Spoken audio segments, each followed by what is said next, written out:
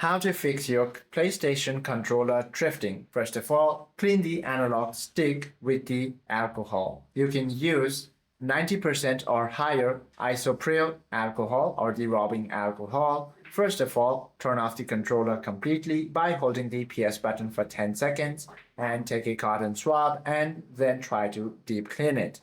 And lastly, once you clean it, you simply have to clear the hardware cache. Turn on your PlayStation controller or console, it's both of them. Then look at the back of the controller and locate the tiny reset pinhole next to the Sony logo or to the right of the Sony text on the PlayStation 5, depending on your console. Now you simply have to insert a straightened paperclip or SIM card ejector tool into the hole and press and hold the hidden internal button down for full 5 seconds and connect the controller back to your console and your problem should be fixed.